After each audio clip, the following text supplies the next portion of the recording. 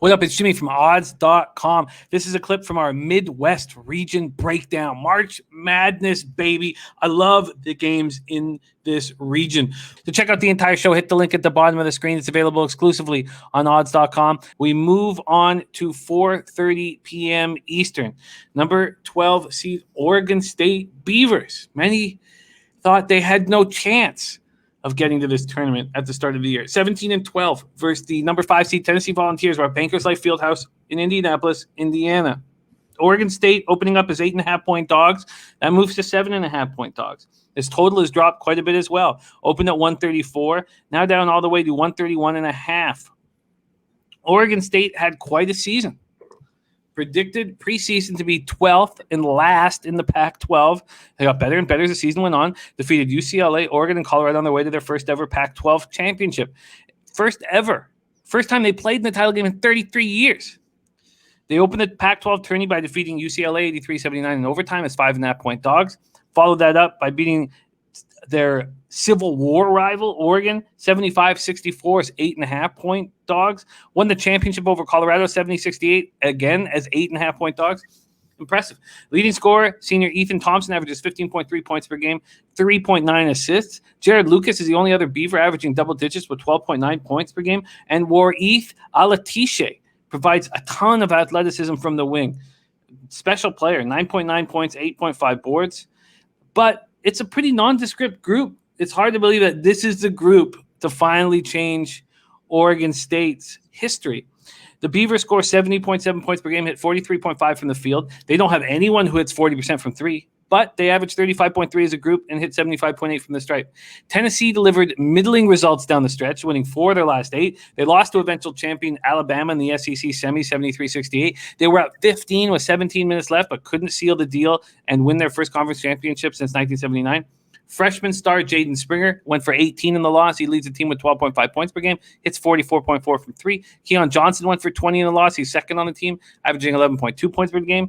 Victor Bailey Jr., the other volunteer, averaging double digits at 11.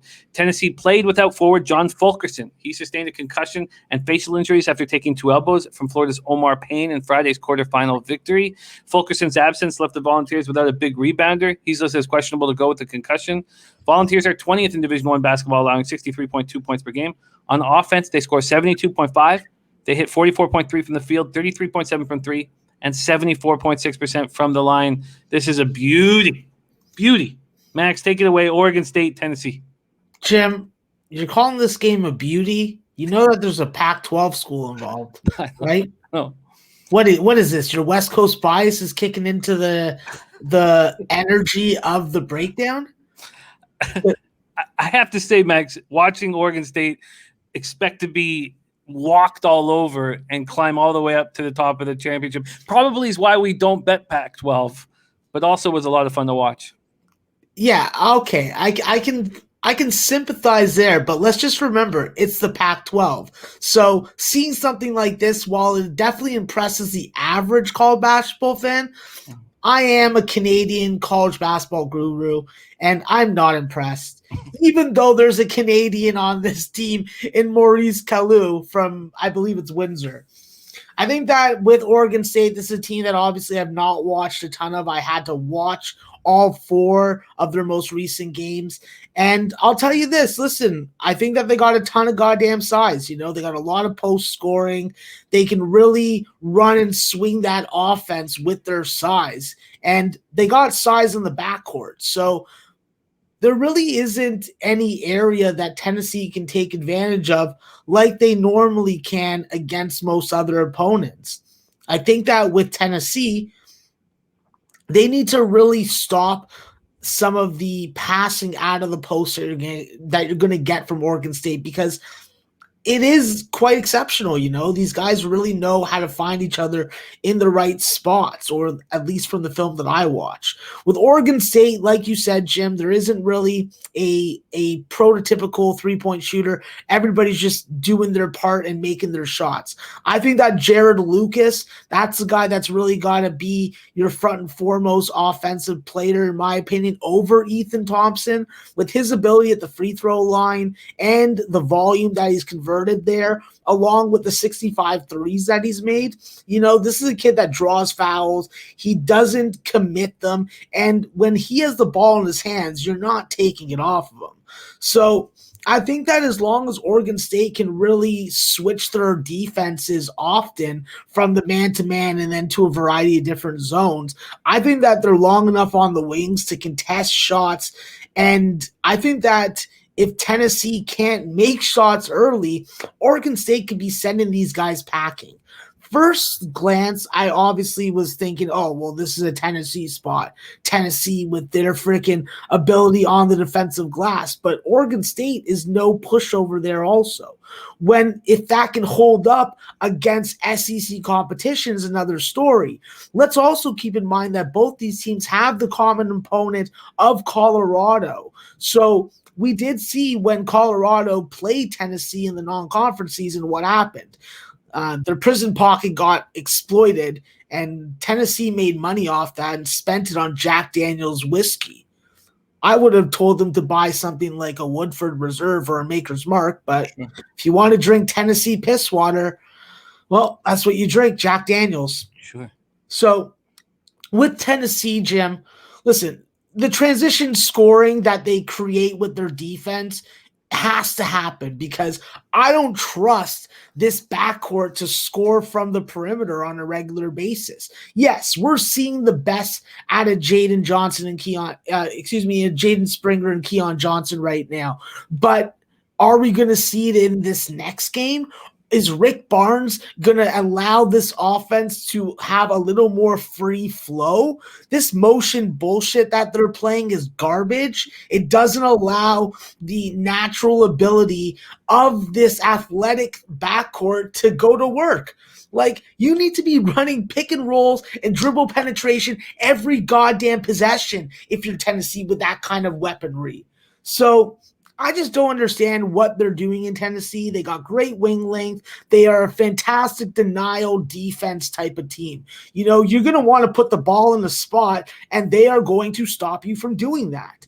And with Yves Pons on the back end, it's Hakuna Matata. You break down on defense, at least you know that you got him on the back end, even though he's undersized.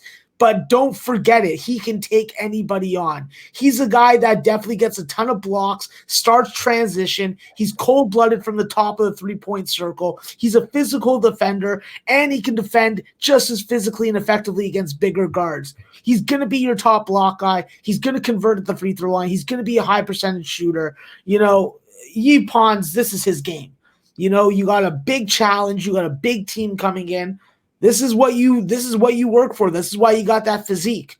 So I think that when you look at Tennessee, they got to get good point guard play from Santiago Vescovi. With Santiago, listen, his ball distribution skills are definitely needed. His timely three-point clutch shooting is mandatory. And with him running the offense, he's got to do a good job of not getting rattled, being able to stay on the floor and play both ends. That's why Rick Barnes likes him so much. He is a hard-working point guard. That's what you want. I think that if Tennessee leads with their defense, can turn this into another Colorado game where their first half they struggle to get past 28, well, then this is a Tennessee team that's going to be able to advance. I think that the main question is, can they start well and maintain that momentum in the second half after Oregon State's been able to adjust? I think that they should be able to score against the field goal defense of the Beavers, and three-point defense will determine a lot on their end. If they cut down on turnovers, they should be able to win this game. But at this number, Jim, I have to look at Oregon State full game. I don't know about first half, but full game, I have to look at Oregon State. I have to assume with the way that they dismantled Colorado in that key Pac-12 championship game, well, then maybe they are a little more offensively inept to come in and score against Tennessee, unlike Colorado was able to, especially in that first half. Interesting. Very interesting. So Oregon State? Yeah, we're going to take a shot with Oregon State, Jim. I do want to give warning, though. There is a possibility that closer to this game, I will add the first half with Tennessee. So we are going to see a ton of tail two halves in this tournament, so get ready for it. Wild. We do have an 8 on the board at Circa.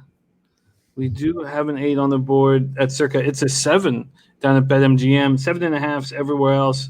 Let's see what Fox Bet is going to dangle in front of us. A 7 as well. So let's get you that plus 8 minus 110 available at Circa. Yes, sir. Oh man, I think I'm gonna have to tail that. I hate falling for teams. Okay. Oregon State Beavers plus 8 minus 110 at Circa Sports.